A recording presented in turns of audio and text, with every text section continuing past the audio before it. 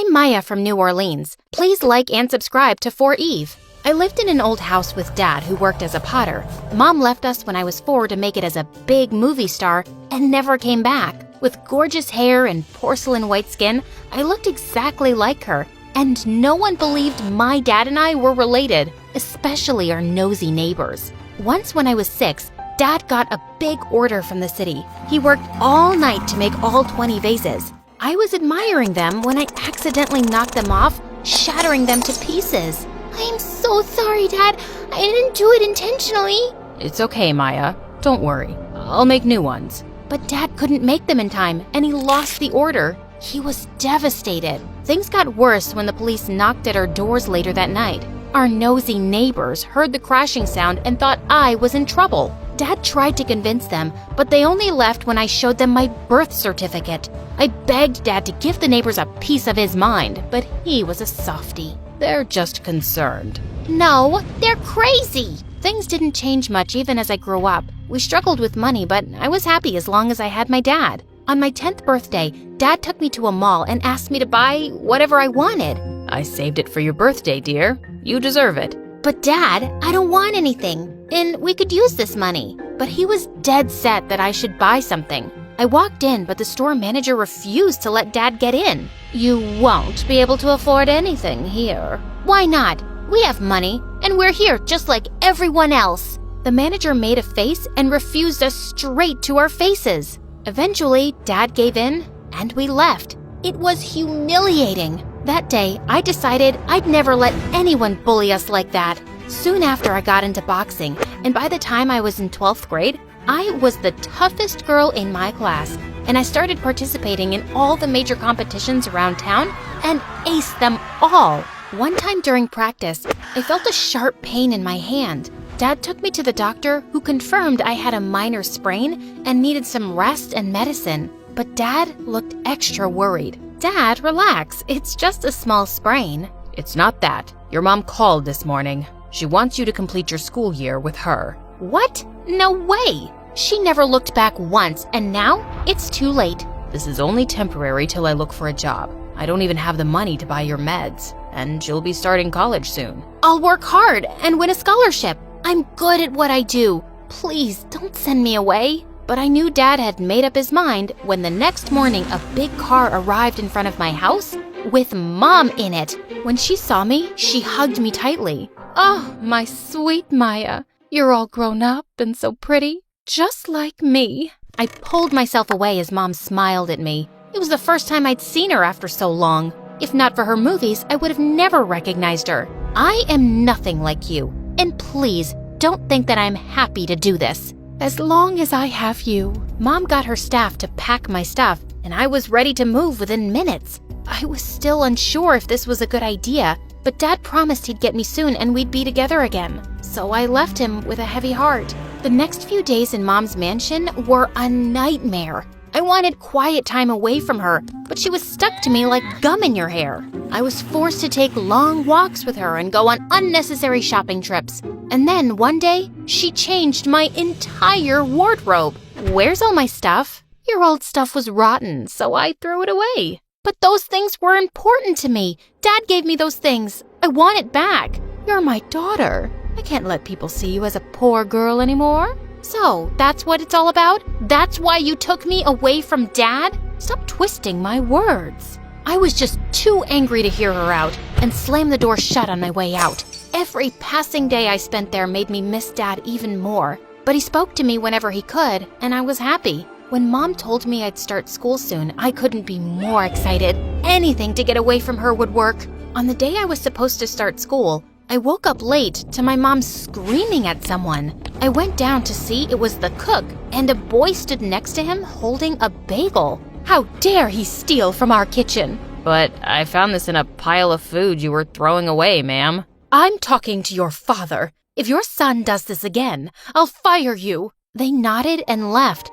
I went after the boy to see him give that bagel to a helpless girl on the sidewalk. That was the kindest thing I'd seen since I'd come here. When he looked in my direction, I noticed how cute he was. She was hungry. I'm not some thief, but your mother didn't seem to believe me. I believe you. I'm Maya. He introduced himself as Zach, the cook's son. We exchanged smiles, and when the driver arrived, he continued on his way. At least there was one kind person in this strange place. My first day of school was nothing like I'd imagined. Thanks to my mom, everyone knew who I was, and to make things more awkward, a really good-looking guy approached me in the hallway. Wow, you're even prettier than your mom. I looked at him, clueless. I'm Marco. Your mom must have mentioned me.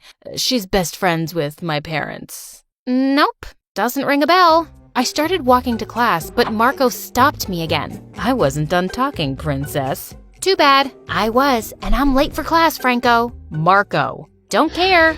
After that day, Marco did everything to get my attention. He started showering me with expensive gifts and flowers, and it almost looked like he was on a mission to get me to date him. Only later did I learn he was the mayor's son and one of the most powerful guys in town. Not that I cared. I already had an obsessive mom, so my hands were full. One day, it was Mom's movie success party, and the entire town was invited. She was so excited that she even bought us matching dresses and begged me to wear them. We'll look like twins, baby. It'll be fantastic. First, that's weird. And secondly, that dress looks like poop. I'd rather wear a tent. There was no way I was doing anything she wanted me to. So I went ahead and bought myself the weirdest dress I could find, just to embarrass her. The party was boring, and my eyes hurt from all that bling. And when I saw Marco enter, I knew I had to get out of there. I tiptoed my way into the kitchen, but banged into Zach. Are you okay? Hey, I'm just trying to ignore someone. The guy in white who looks like he eats money for breakfast? Yeah, how did you know? Zach pointed in Marco's direction, who was frantically searching for someone under the tables. We burst out laughing, and I noticed what a heart-melting smile Zach had. Come here, I'll show you a great hiding place. He pulled me toward the back entrance, leading to a sprawling garden. It was beautiful. Our eyes met for a second, and I felt a weird rush in my tummy. So, why were you hiding from him? He's just an idiot from school I'm trying not to punch. I wish I could return home and get away from this place. You really hate it here, don't you? I nodded. Zach and I walked around and started talking. He told me how he was saving up for culinary school and wanted to be a chef someday. And I told him my story. Boxer, huh? Show me your moves. I know a little boxing myself. Don't say I didn't warn you. I tried to do a fake box in the air, but ended up hitting Zach smack in his face. That was good.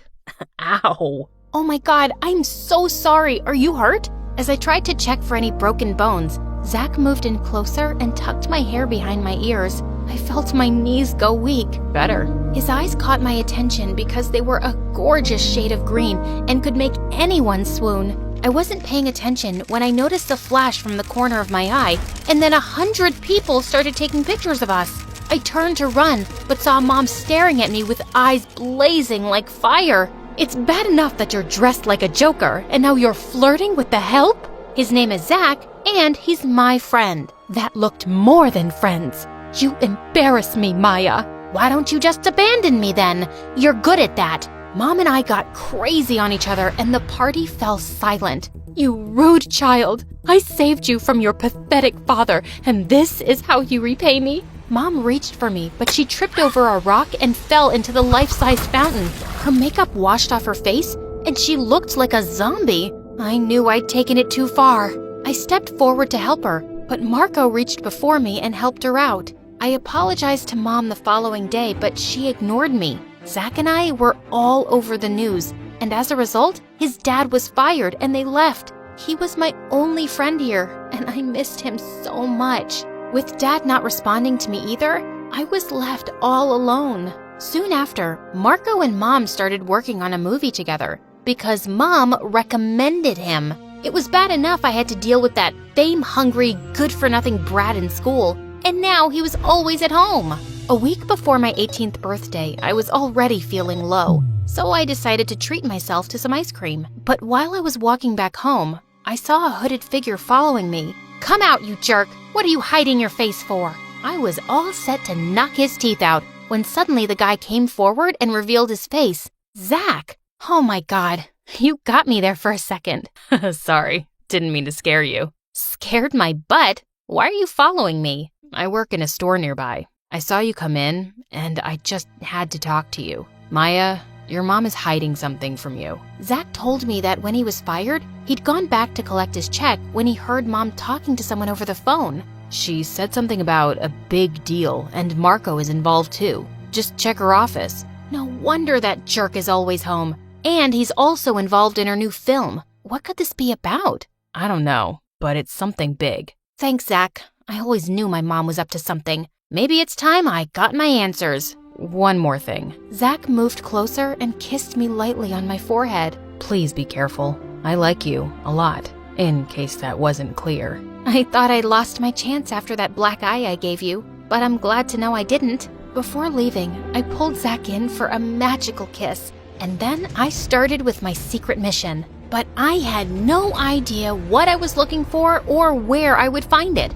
With Marco around the house, I had to be extra careful. I found my opportunity when Mom offered to throw me an 18th birthday party. She'd be busy with the guests, and I could snoop around the office. She got me the most beautiful dress and even hired someone to do my makeup. I hated everything, but I didn't want to draw any attention, so I agreed. The whole house was filled with guests on my birthday that evening, and I spotted Mom in the corner talking to Marco. This was the perfect moment. I went to Mom's study and found some papers in a red mailer about some land deal. I was just opening them when Marco walked in. He saw me and grinned, and I had the weirdest feeling ever. You're a sight for sore eyes, sweet face. That dress looks amazing on you. Shut up, moron. That's not how you talk to your fiancé, sweetheart. Is this some kind of sick joke? Well, your mom would answer that better. Why don't we ask her together? Marco took my arm and pulled me outside.